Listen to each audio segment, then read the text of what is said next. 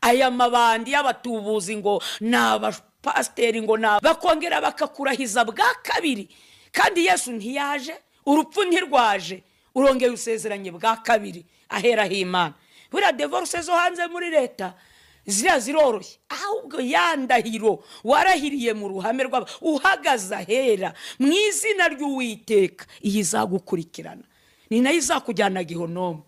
Wibuke ko uzasorerwa n'ubuhanuzi bwa Daniel wavuze ngo umuntu agakora ubu. Imana yacu itabare amabandikazi. Uyu munsi wa none muri comment mudusubize, ese divorce ku Mana iremewe cyangwa ntiyemewe? Ese ibi bintu ubundi n'ubukunguzi n'ubushizi bw'isoni n'ugusara kwa Riziki cyangwa n'ugusara kwa Pastor Mutesi? Riziki Shatana arimo aravuga ati isengero zose wabandikazi we urazimaze, wasezeraniye muri naka, usezeranira hanaha amatorero reka twere kuyavuga, usezeranira hanaha nirari gusa n'ubushyuhe gusa cyangwa ufite undi mudayimoni ukurimo w'ikuzimu ari nawe uzakurimbura we Pastor Mutesi. Riziki Shatari ntabwo abyumva neza muri iki kiganiro. Ndazi ko bamwe mugiye kujya kuri Pastor Mutesi mu mushyigikire, abandi mujye kuri Riziki mu mushyigikire. Natwe dutegereje comment zanyu, like zanyu ndetse na subscribe zanyu kuri iki kiganiro. Kiraba deba nyine, ubu ni deba koko. Riziki Shatari yemeje atajya indimi, atanyuze ku ruhande, atibeshya, atanyuranyije, aravuga ngo aya n'amabandi, n'ubukwe bw'amabandi n'amabandikazi bose bazajya mu muriro Gihonome. Ari uwasezeranyije, ari uwasezeranyijwe, ari uwabutashye, n'ubukwe bw'ibirura, n'isenga ry'abambuzi ryahuriye mu nzu y'Imana, mbese bajya ku divorce byo bata divorce. Riziki Shatara avuga ko mugomba gutandukanwa n'urupfu. Yavuze ko urupfu rutaraza, Pastor Mutesi ntarapfa ngo atandukane n'umugabo wa mbere abone gushaka, ndetse n'abagabo bo bose ntibarapfa. Pastor Mutesi niki cyatumye ajya gusezerana bwa kabiri ari pastor akaba asezeranye inshuro 5? Ubwo ndi kuri Riziki Shatari mu buhanuzi bwe no mu nyigisho ye no mu gutangaza. None kuba benshi umugabo wa mbere ngo uzamukunda umuguyaguye yaba muzima cyangwa arwaye, none ko akunaniye wararahiyo ndahira hera mu ruhame rw'abantu, ejo ukabura divorce ukongera ukinjira mu rusengero ahandi bakakubira. Pastor Mutesi koko azarimbuka nta juru afite? Ese iyi mvugo tuyita imwe ya Rugagi wabwiye Scovia Mutesi ngo nta bugingo ufite nutasaba imbabazi? Ese Pastor Mutesi ari buhagarike buno bukwe buhagarare nyine aho bwari bugeze buhagarariraho?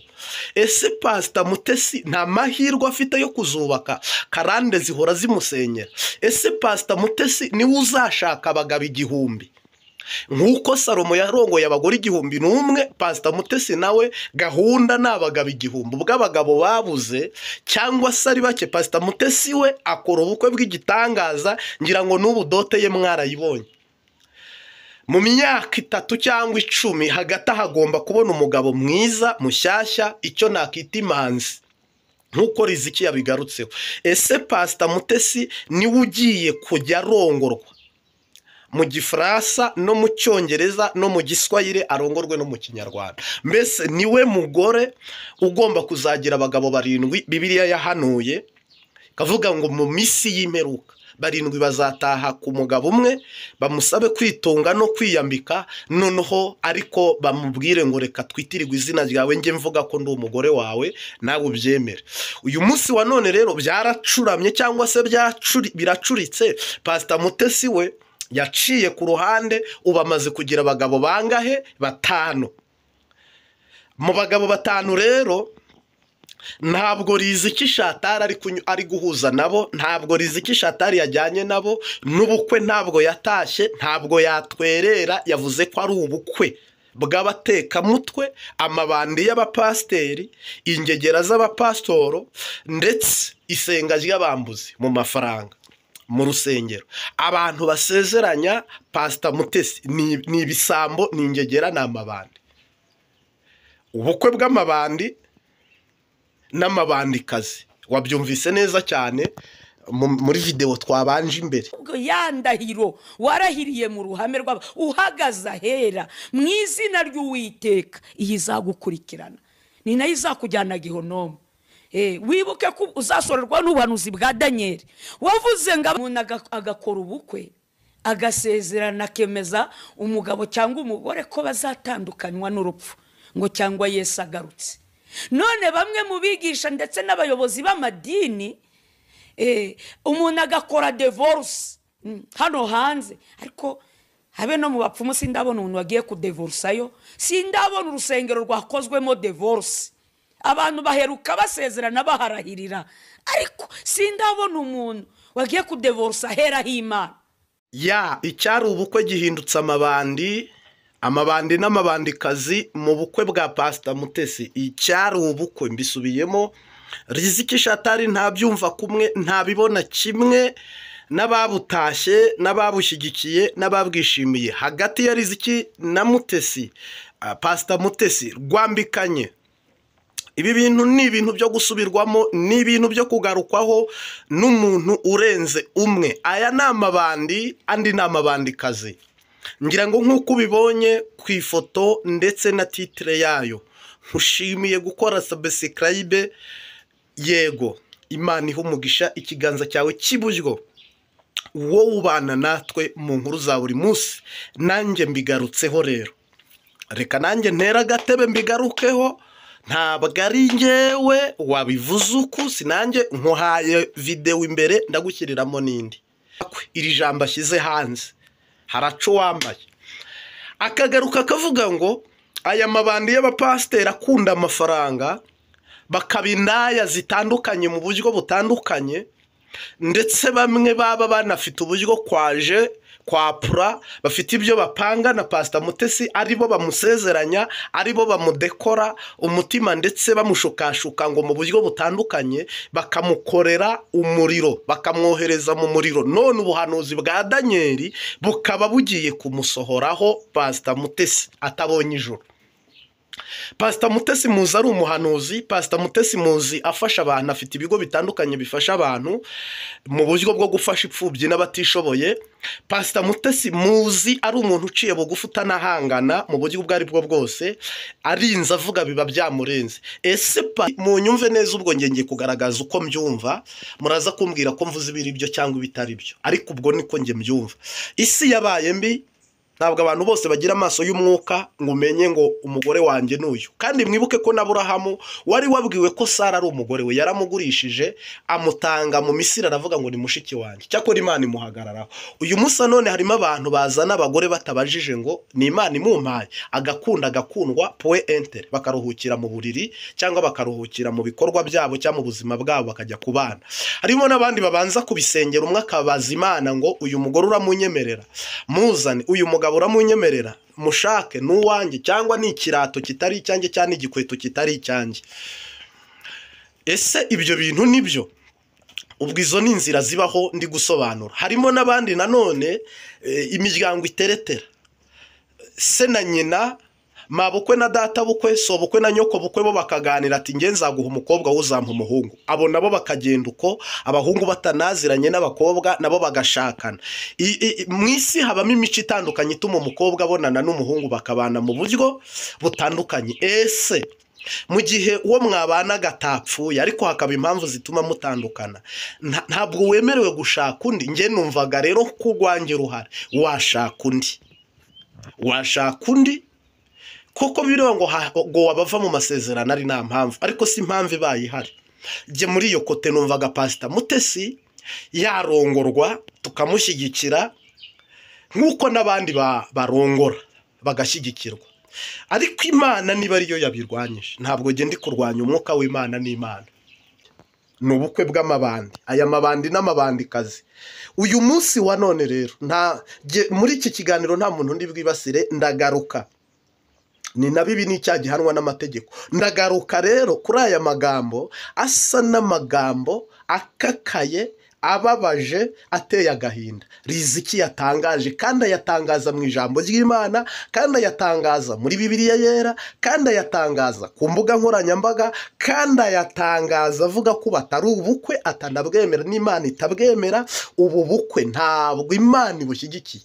Mumbwize ukuri rero, mu Rwanda tugira abantu benshi bashatse bwa kabiri, muri komenti mudusubize, bwa kabiri akaba atari umugore umwe yazanye. Barahari bafite umugore umwe, umugabo umwe, umugore umwe, ariko barahari benshi bagiye badevorosa bakarongora abandi bagakora ubukwe kandi bukanyura mu rusengero.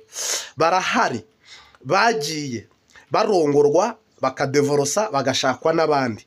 Barahari batatandukanyijwe n'urupfu cyangwa Kristo, ahubwo batandukanyijwe n'imitungo, batandukanyijwe n'uburanga, batandukanyijwe n'imiryango, batandukanwa n'amoko.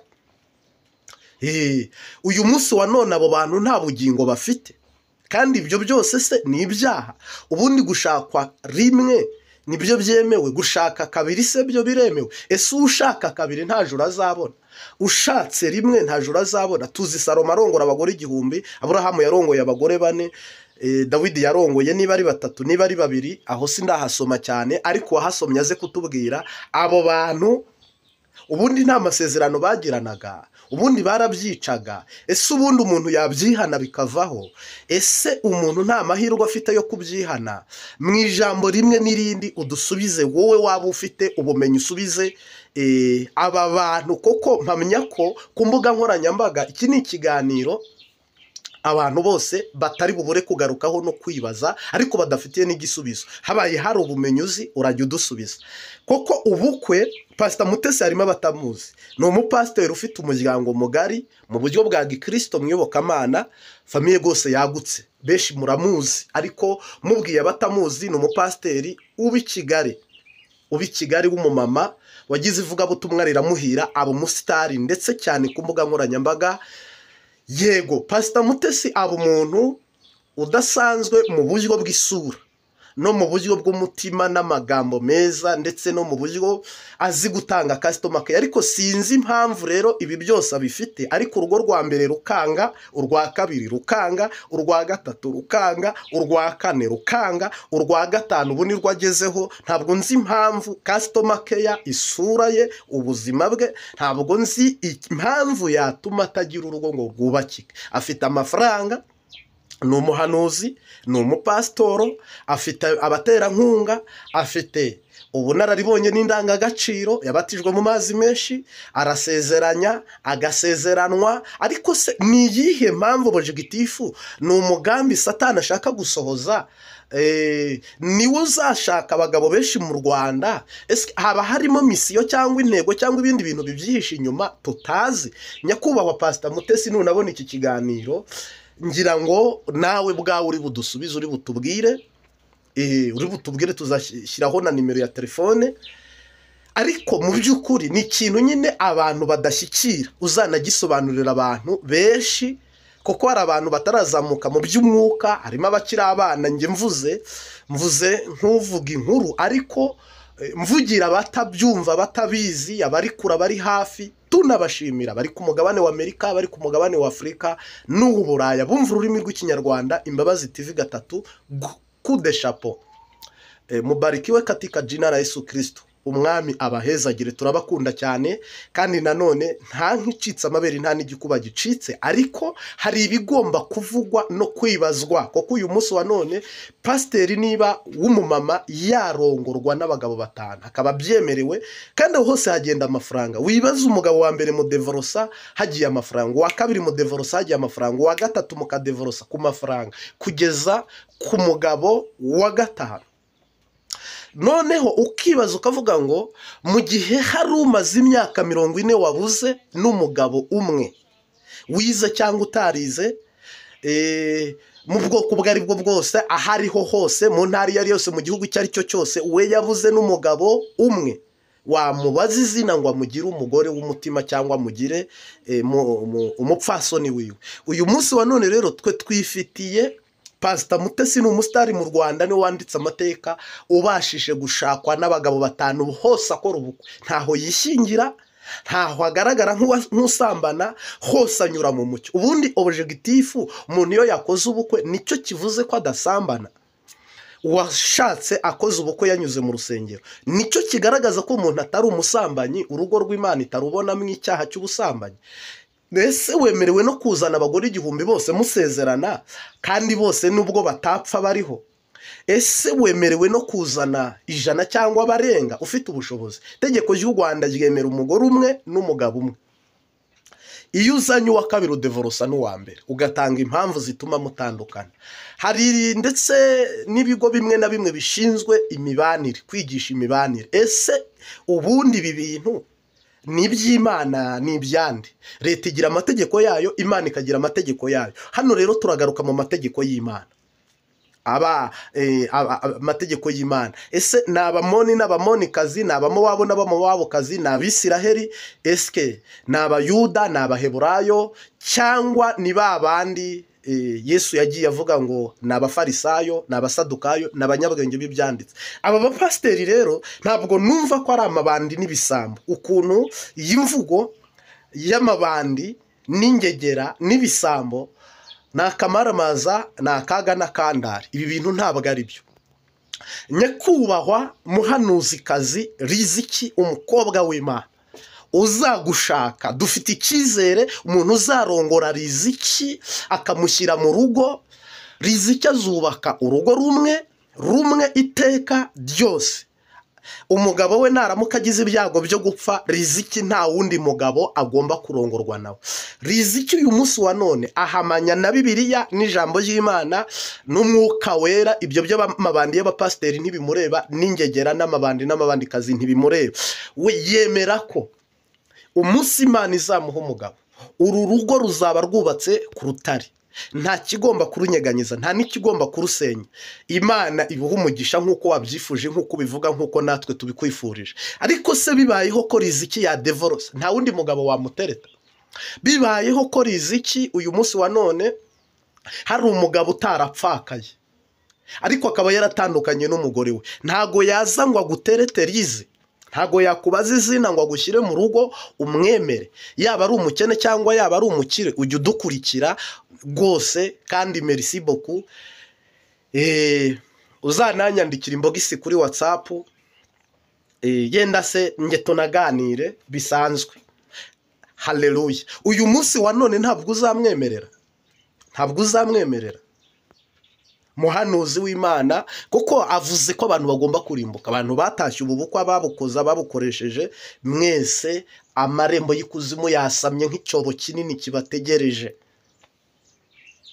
Kandi Riziki n'umuhanuzi, tumuzi nk'umuhanuzi, no mpamvu uvuze ngo ngewe nzaguha ituro y'uko uri umuhanuzi. Pastor Mutesi tumuhe impano yo kubaka urugo. Asatene sana. Uyu munsi wa none rero Riziki, ese ubundi ninde musore mu Rwanda uziyaminiya kujya kurambagiza cyangwa se gutereta umukobwa witwa Riziki Shatari? Ntawe turabona, ariko harimo ababitekereza. Buriya hari abafite uwo mutima, harimo n'abajya banyaka nimero zawe nyinshi, beshi bambwira ngo mpa nimero za Riziki, mpa nimero za Riziki. Uze kugaragara rero, harimo abantu bifuza nime zawe kandi bakwifuriza neza atari babi, kuko mbasha kubanza kubabaza. Uyu munsi wa none rero Riziki Shatari, uri umukobwa isugi. Mu buhamya bwawe no mu ijambo ry'Imana no mu butumwa utambutsa, ninde muntu uri buze kukushaka? Abasore benshi bamwe baranagutinya, abandi bakanatinyuka, bakavuga ati jye nakiyaminiya nkajya gutereta Riziki Shatari.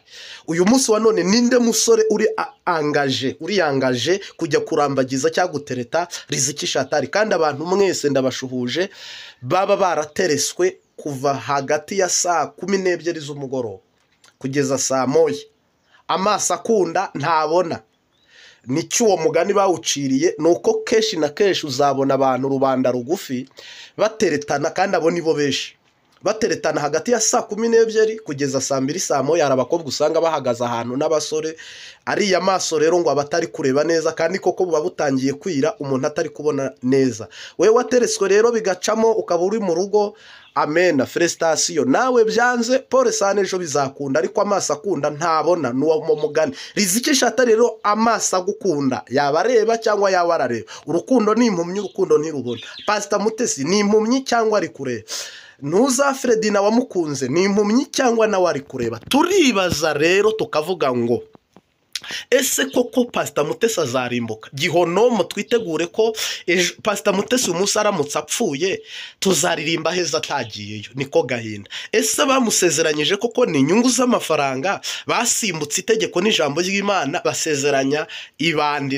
ibandikazi nabo ari amabandi ese koko aba bantu banyuze mu kuri kw'Imana cyangwa banyuze mu kuri kw'abadayimoni Yesu ni inzira n'ukuri n'ubugingo Pastor Mutesi ari mu nzira Gihonomo yo kujya mu muriro ari abamushyigikiye mu gusezerana ari nabo nawe yashyigikiye ese koko nuko byubatse Imana yo mu ijuru dutabare kandi tubabarire kandi rwose iturwanirire ese koko Pastor Mutesi azarimbuka nkuko Riziki ari kubivuga ese Pastor Mutesi yahagarika buno bukwe mureba aho bugeze ese Pastor Mutesi afite amahirwe yuko buno bukwe bushobora kuzaba abantu babuteye amabuye ni benshi harimo n'ababuhanuye ko butazaba kuri urugo rutari rwo ahubwo agiye gusubira kwibana muri yanzu twese twita ubu wazitwa mama Mbyirira aramutse asubiye mu rugo rwe n'abana yaba yitwa mama Mbyirire Pastor Mutesi nta mahirwe afite yo kubana n'umugabo koko urumva nibi ni umuhanuzi uri kubitera amabuye kandi Riziki